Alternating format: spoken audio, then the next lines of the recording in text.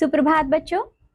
हिंदी व्याकरण की कक्षा में एक बार फिर से आप सबका बहुत बहुत स्वागत है। आज हम पढ़ेंगे पाठ नंबर 16 जिसका नाम है पद परिचय, पदबंध तथा वाक्य, पर्सिंग, फ्रेज एंड सेंटेंसेस। तो चलिए बच्चों इस पाठ को पढ़ना शुरू करते हैं और जानते हैं पद परिचय क्या होता है, पदबंध क्या होता है तथा वाक्य क्या होता है और इनमें क्या अंतर होता है। चलिए बच्चों, सबसे पहले आप देखिए कि ये पद क्या होता है। जब तक कोई शब्द वाक्य में प्रयोग नहीं किया जाता तब तक ही शब्द कहलाता है। वाक्य में प्रयुक्त होने पर वह पद हो जाता है।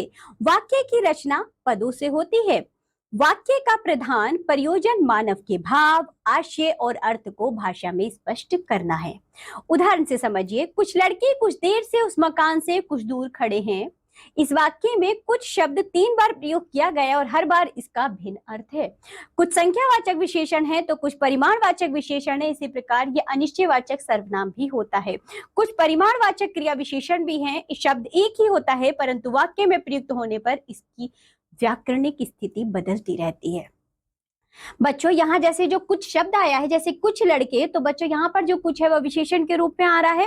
कुछ देर से तो यह भाव के रूप में आ रहा है। कुछ दूर तो बच्चों यहाँ पर स्थिति के रूप में आ रहा है। यही एक ही कुछ शब्द बच्चों अलग अलग भावों को दिखा रहा है। इसकी स्थिति अलग अलग है तो इसको बच्चों कहा जाता है पद परिचय। परिभाषा से जानिए, वाक्य में प्रयुक्त हो जाने पर शब्द तो पद बन जाता है। ठीक है, अब देखिए पद परिचय यानी कि पर्सिंग क्या होता है। व्याकरण के नियमों के अनुसार किसी पद का परिचय देना ही पद परिचय है। वाक्य में किसी शब्द अथवा पद का क्या स्थान है, वह संज्ञा, सर्वनाम, विशेषण, क्रिया विशेषण, संबंध बोधक या समुच्चय बोधक में से क्या है तथा आगे भी उसका कौन सा उपभेद है, यह जानना भी आवश्यक होता है। उदाहरण के लिए हमने कहा देवांग खेल रहा है। इस वाक्य में जो देवांग है वह एक पद है। इसका व्याकरणिक परिचय होगा, व्याकरणिक परिचय बच्चों होगा व्यक्तिवाचक संज्ञा, पुल्लिंग है, एक वचन है, कर्ता कारक है और खेल रहा है तो ये क्रिया का कर्ता है। पद 8 प्रकार के होते हैं। पद परिचय करते समय जिन बातों का उल्लेख किया जाता है उनका विवरण निम्न प्रकार है। जैसे कि बच्चों संज्ञा पहले हमें बतानी होती है, भेद बताते हैं, लिंग, वचन, कारक, क्रिया अथवा अन्य शब्दों से संबंध। फिर बच्चों सर्वनाम, भेद बताएंगे कौन सा भेद है, पुरुष बताएंगे, लिंग, वचन, कारक, क्रिया या अन्य शब्दों से संबंध बताएंगे, किस संज्ञा के लिए उसका प्रयोग हुआ है यदि ज्ञात हो तो। विशेषण बताएंगे, विशेषण का भेद, विशेषण निर्देश, लिंग, वचन और कारक विशेष्य के अनुसार। क्रिया बताएंगे, भेद सकर्मक है या अकर्मक है, लिंग, वचन, प्रयोग, धातु, काल, वाच्य, कर्ता और कर्म से संबंध बताएंगे। क्रिया विशेषण बच्चों भेद बताएंगे, जिस क्रिया विशेषण की विशेषता बताता है उसके बारे में निर्देश। संबंध बोधक भेद बताएंगे, जिससे संबंध बताता है उसका निर्देश। समुच्चय बोधक बच्चों भेद बताएंगे, संयोजक विकल्पक है, क्या है, किन पदों, पदबंधों, उपवाक्यों आदि को जोड़ता है वो बताएंगे। और विस्मयादि बोधक बच्चों यदि है तो भेद बताएंगे, अर्थात कौन सा भाव है ये बताएंगे, जैसे कि हर्ष, भय, क्रोध, शोक, घृणा आदि प्रकट करता है। अब देखिए बच्चों पद परिचय के उदाहरण के पद परिचय किस प्रकार दिया जाता है। मीरा कानपुर गई है। यदि हमें इसका पद परिचय बताना है तो बच्चों पहले मीरा लेंगे, ये व्यक्तिवाचक संज्ञा है, स्त्रीलिंग है, एक वचन है, कर्ता कारक है, गई क्रिया की कर्ता है। कानपुर जो है बच्चों वह व्यक्तिवाचक संज्ञा है, पुल्लिंग है, एक वचन है, कर्म कारक है, गई क्रिया का कर्म है। मैं गत वर्ष तुम्हें लखनऊ में मिला था तो बच्चों मैं पुरुषवाचक सर्वनाम है, उत्तम पुरुष है, पुल्लिंग है, एक वचन है, कर्ता कारक है, मिला था क्रिया का कर्ता है। गत जो है वह गुणवाचक विशेषण है, पुल्लिंग है, एक वचन है, मूल अवस्था है, विशेष्य वर्ष है। वर्ष जो है वो जातिवाचक संज्ञा है, पुल्लिंग है, एक वचन है, अधिकरण कारक है, मिला था क्रिया का समय है। तुम्हें बच्चों जो है वह पुरुषवाचक सर्वनाम है, मध्यम पुरुष है, पुल्लिंग है, एक वचन है, कर्म कारक है, मिला था क्रिया का कर्म है। लखनऊ जो है बच्चों वह व्यक्तिवाचक संज्ञा है, पुल्लिंग है, एक वचन है, अधिकरण कारक है, मिला था क्रिया का स्थान है।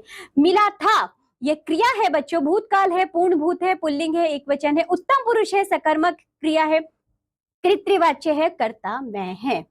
हम बाग में गए किंतु वहां कोई फल नहीं मिला। तो बच्चों यहाँ देखो हम जो शब्द है इसका यदि हम पद परिचय बताएंगे तो पुरुषवाचक सर्वनाम उत्तम पुरुष है, पुल्लिंग है, बहुवचन है, कर्ता कारक है, गई क्रिया का कर्ता है।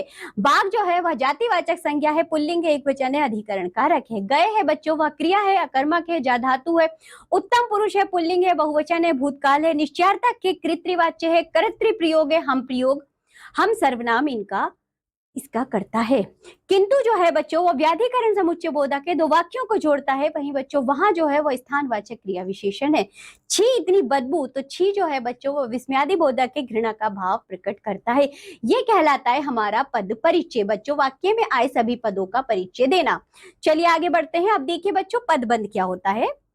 पदबंध यानी कि फ्रेज, पदबंध दो शब्दों से मिलकर बना है। पद जमा बंध, जब शब्द वाक्य में प्रयुक्त होता है तो पद कहलाता है और बंध का अर्थ है बांधना। वाक्य में अनेक पद होते हैं। जब एक से अधिक पद मिलकर एक व्याकरणिक इकाई, संज्ञा विशेषण, क्रिया विशेषण आदि का काम करते हैं तो उस मिली हुई इकाई को पदबंध कहा जाता है। वाक्य में दो प्रकार के पदों का प्रयोग किया जाता है, जैसे कि स्वतंत्र परस्पर बंधे हुए पदबंध एक से अधिक पदों से बने होते हैं। जटिल भावों की अभिव्यक्ति हेतु पदों के स्थान पर पदबंधों का प्रयोग होता है। उदाहरण से समझिए, पेन सीमा का है, फर्श पर पड़ा पेन सीमा का है। तो बच्चों प्रथम वाक्य में पेन एक पद है जो संज्ञा है। द्वितीय वाक्य में फर्श पर पड़ा अंश पेन के साथ मिलकर एक व्याकरणिक इकाई बन गया है। इसमें एक से अधिक पद हैं। फर्श पर पड़ा पेन, ये मिलकर एक व्याकरणिक इकाई का कार्य कर रहे एक से अधिक पदों का यह समूही पदबंध है। पहले परिभाषा देखिए पदबंध की। वाक्य के उस भाग को जिसमें एक से अधिक पद परस्पर मिलकर एक व्याकरणिक इकाई का कार्य करते हुए विशेष अर्थ प्रकट करते हैं किंतु पूरा अर्थ नहीं देते, वाक्यांश या पदबंध कहलाते हैं। पदबंध की विशेषताएं। रचना की दृष्टि से पदबंध में तीन बातें आवश्यक होती हैं। इसमें एक से अधिक पद होते हैं। यह पद परस्पर इस प्रकार संबद्ध होते हैं कि उनसे एक व्याकरणिक इकाई बन जाती है। यह पदबंध किसी वाक्य का अंश होता है। पदबंध 5 प्रकार के होते हैं: संज्ञा पदबंध, सर्वनाम पदबंध, विशेषण पदबंध, क्रिया पदबंध और बच्चों क्रिया विशेषण पदबंध। पहला देखिए संज्ञा पदबंध यानी कि नाउन फ्रेज क्या होता है। कोई पद समूह जब वाक्य में संज्ञा का कार्य करता है तो उसे संज्ञा पदबंध कहते हैं। निम्नलिखित वाक्यों में स्थूल अंश संज्ञा पदबंध है। घर के सामने वाला पेड़ गिर गया, परिश्रम करने वाला छात्र उत्तीर्ण होता है, लकड़ी की बड़ी अलमारी से मेरा कुर्ता ले आओ, सस्ते में खरीदी गई वस्तु कम चलती है। ये सभी बच्चों संज्ञा पदबंध थे। अब देखिए जरा सर्वनाम पदबंध यानी कि प्रोनाउन फ्रेज। सर्वनाम का कार्य करने वाले पदबंध सर्वनाम पदबंध कहलाते हैं। निम्नलिखित स्थूल अंश सर्वनाम पदबंध है, जैसे कि बच्चों तकदीर का मारा वह यहाँ आ गया, सदा प्रसन्न रहने वाले तुम उदास क्यों बैठे हो, सामने कमरे में रहने वाला वह चला गया, खून से लथपथ उसने दम तोड़ दिया। विशेषण पदबंध यानी कि एडजेक्टिव फ्रेज, विशेषण का कार्य करने वाला पदबंध विशेषण पदबंध कहलाता है। निम्नलिखित वाक्यों में स्थूल अंश विशेषण पदबंध है। वे अत्यंत मेहनती विद्यार्थी है, आपके समान बुद्धिमान लोग कम ही होते हैं, उस कोने में बैठे हुए बंदर ने आम तोड़ लिया। क्रिया पदबंध यानी कि वर्ब फ्रेज, वाक्य में एक से अधिक क्रियापद एक साथ मिलकर जब एक समूह बनाते हैं तो वह क्रिया पदबंध कहलाता है। निम्नलिखित वाक्यों में स्थूल अंश क्रिया पदबंध है। मोहन ने चाय पी ली, सपेरी ने सांप पकड़ लिया, वह खाना खाकर सो गया है, अब तो उससे उठा भी नहीं जाता। निम्नलिखित वाक्यों में बच्चों यह था क्रिया पदबंध। अब देखिए क्रिया विशेषण पदबंध यानी कि एडवर्ब फ्रेज, क्रिया विशेषण का कार्य करने वाले पदबंध क्रिया विशेषण पदबंध कहलाते हैं। निम्नलिखित वाक्यों में स्थूल अंश क्रिया विशेषण पदबंध है। पिछले दिनों की अपेक्षा आज सर्दी अधिक है, वह तेज दौड़ते दौड़ते थक गया, आपके बाद यहाँ कौन आएगा, वह माह के अंत तक वापस लौटेगा। तो बच्चों ये थे पदबंध। अब देखिए वाक्य यानी कि सेंटेंस क्या होते हैं। परिभाषा देखिए, सबसे पहले सार्थक शब्दों का वह समूह जो व्यवस्थित हो और कोई अर्थ देता हो वाक्य कहलाता है। निम्नलिखित को ध्यानपूर्वक पढ़िए। जिस तरह मनुष्य में जीवन है उसी तरह वृक्षों में भी जीवन होता है। जब देश स्वतंत्र हुआ तब इसकी जनसंख्या 36 करोड़ थी। मनुष्य को अच्छा जीवन किस प्रकार बिताना चाहिए यह धर्म ही बताता है।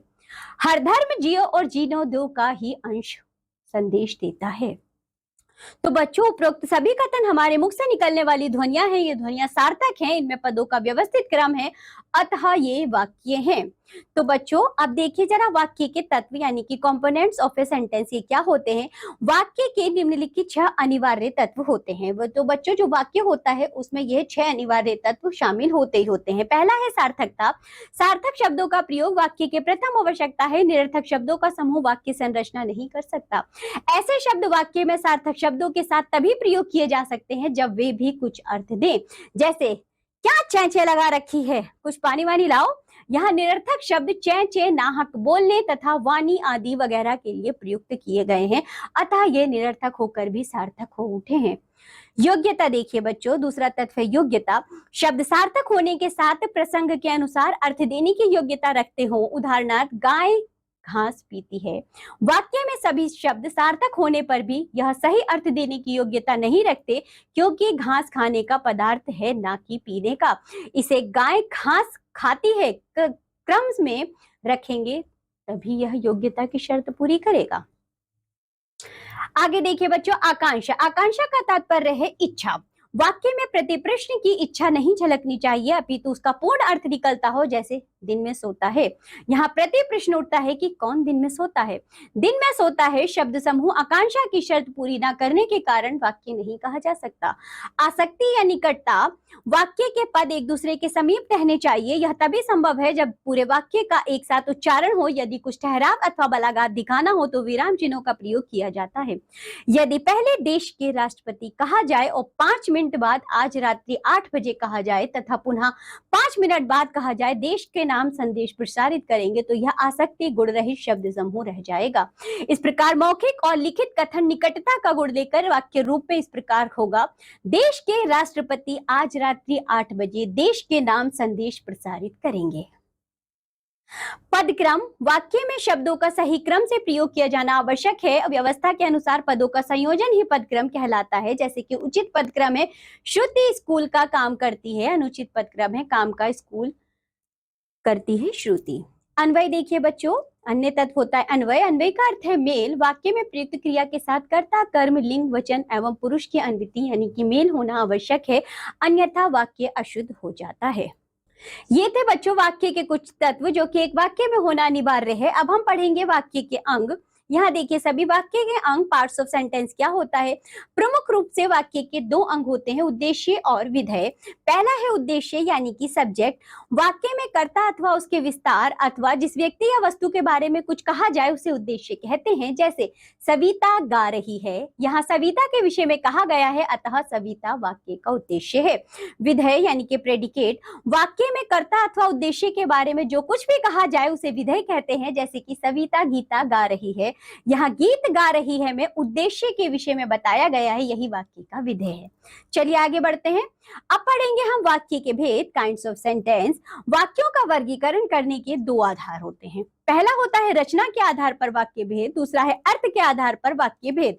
रचना के आधार पर वाक्य भेद, रचना के आधार पर वाक्य भेद बच्चों 3 प्रकार के होते हैं, सरल वाक्य, संयुक्त वाक्य और मिश्र वाक्य। आइए इन्हें पढ़ते हैं। सबसे पहले देखिए सरल वाक्य यानी कि सिंपल सेंटेंस। जिस वाक्य में एक उद्देश्य एवं एक विधेय हो उसे सरल वाक्य कहते हैं। जैसे सारिका गीत गा रही है, मेहर बाजार जा रहा है, मैंने दुबला पतला व्यक्ति देखा। संयुक्त वाक्य यानी कि कंपाउंड सेंटेंस, जिस वाक्य में 2 स्वतंत्र उपवाक्य किसी समानाधिकरण समुच्चयबोधक द्वारा परस्पर जुड़े हुए हों उसे संयुक्त वाक्य कहते हैं। जैसे वह बाजार गया और उसने फल खरीदे। यहाँ पहले खेत था परंतु अब घनी बस्ती है। यहाँ प्रत्येक वाक्य के स्वतंत्र उपवाक्य समानाधिकरण समुच्चयबोधक क्रमशः और एवं परंतु से जुड़े हैं, अतः ये संयुक्त वाक्य हैं। तीसरा है बच्चों मिश्र वाक्य, कॉम्प्लेक्स सेंटेंस।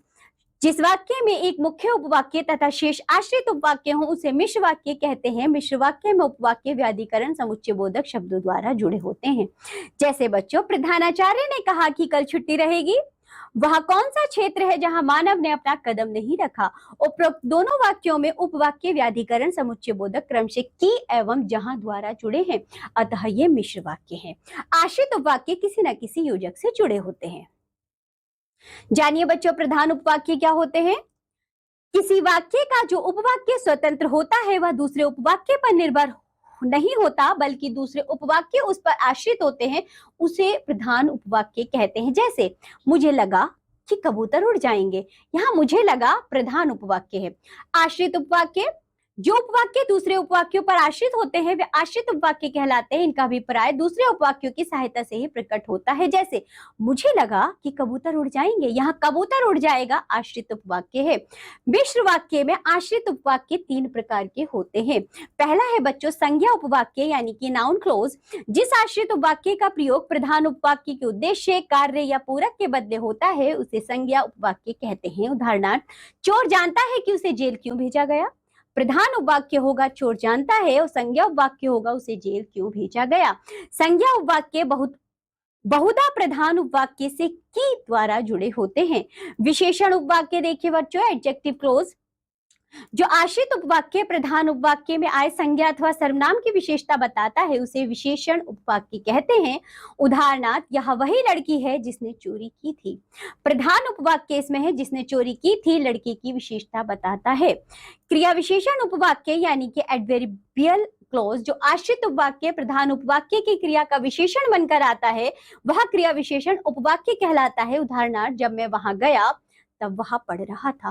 प्रधान उपवाक्य वह पढ़ रहा था, क्रिया विशेषण उपवाक्य जब मैं वहां गया।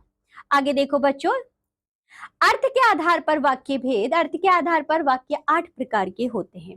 पहला है विधानवाचक वाक्य यानी कि अफर्मेटिव सेंटेंस। जिन वाक्यों में क्रिया के करने अथवा होने का सामान्य कथन हो वे विधानवाचक वाक्य कहलाते हैं। जैसे तुलसीदास ने रामचरितमानस की रचना की, हिंदी हमारी राष्ट्रभाषा है, ये विधानवाचक वाक्य है। नकारात्मक वाक्य यानी कि नेगेटिव सेंटेंस। जिन वाक्यों से क्रिया के ना करने या ना होने का बोध हो उन्हें नकारात्मक कहते हैं। जैसे वह चल नहीं सकता, मैंने गोपाल को पुस्तक नहीं दी, मैं आज नहीं खेलूंगा। इसमें सब में बच्चों मनाही है, निषेध है, इसलिए ये नकारात्मक वाक्य है। प्रश्नवाचक वाक्य इंटेरोगेटिव सेंटेंस। जिन वाक्यों से किसी कार्य या विषय के संबंध में प्रश्न पूछने का बोध हो वे प्रश्नवाचक वाक्य कहलाते हैं। जैसे वह क्यों नहीं आया, तुम कौन हो, वह कहाँ रहता है। विस्मयादि बोधक वाक्य यानी कि एक्सक्लेमेटरी सेंटेंस। जिन वाक्यों में प्रसन्नता, आश्चर्य, घृणा, शोक जैसे भावात्मक आवेगों का बोध हो वे विस्मयादि बोधक वाक्य कहलाते हैं। जैसे अरे इतना लंबा आदमी, कैसा सुंदर दृश्य है, हाय ये क्या हो गया। आज्ञा सूचक वाक्य यानी कि इंपरेटिव सेंटेंस। जो वाक्य आज्ञा अथवा अनुमति का बोध कराएं वे आज्ञावाचक वाक्य कहलाते हैं। जैसे आप चुप रहिए, तुम यहां से बाहर चले जाओ। इच्छा सूचक वाक्य यानी कि रिलेटिव सेंटेंसेस। जिन वाक्यों से कर्ता की कामना, अच्छा, आशा अथवा का बोध हो वे इच्छावाचक वाक्य कहलाते हैं। जैसे नववर्ष मंगलमय हो, ईश्वर तुम्हें चिरायु करे। संदेहवाचक वाक्य यानी कि सेंटेंसेस शोइंग डाउट। जिन वाक्यों से कार्य के होने या करने में संदेह प्रकट होता हो वे संदेहवाचक वाक्य कहलाते हैं। जैसे शायद वह कल मेरे घर आए, अब तक रमेश जा चुका होगा। संकेतवाचक वाक्य यानी कि कंडीशनल सेंटेंस। जिन वाक्यों से एक क्रिया की दूसरी क्रिया पर निर्भर होने का बोध हो उन्हें संकेतवाचक वाक्य कहते हैं। जैसे यदि वह आता तो मैं चला जाता, यदि वर्षा होती तो फसल ना सूखती। ये थे बच्चों अर्थ के आधार पर वाक्य के 8 प्रकार के भेद। चलिए अब हम पढ़ते हैं वाक्य रूपांतरण यानी कि ट्रांसफॉर्मेशन ऑफ सेंटेंसेस। सरल वाक्य का संयुक्त वाक्य में बदलना। भोर होते ही हम लोग इलाहाबाद जा पहुंचे, सरल वाक्य है। भोर हुई और हम लोग इलाहाबाद जा पहुंचे।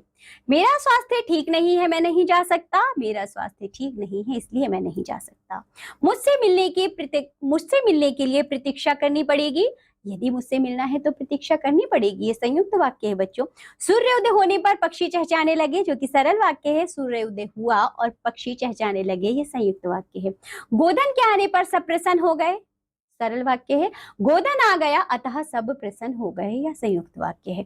अब देखिए बच्चों सरल वाक्य का मिश्र वाक्य में बदलना। अमित कृपण है, सुनील उदार है।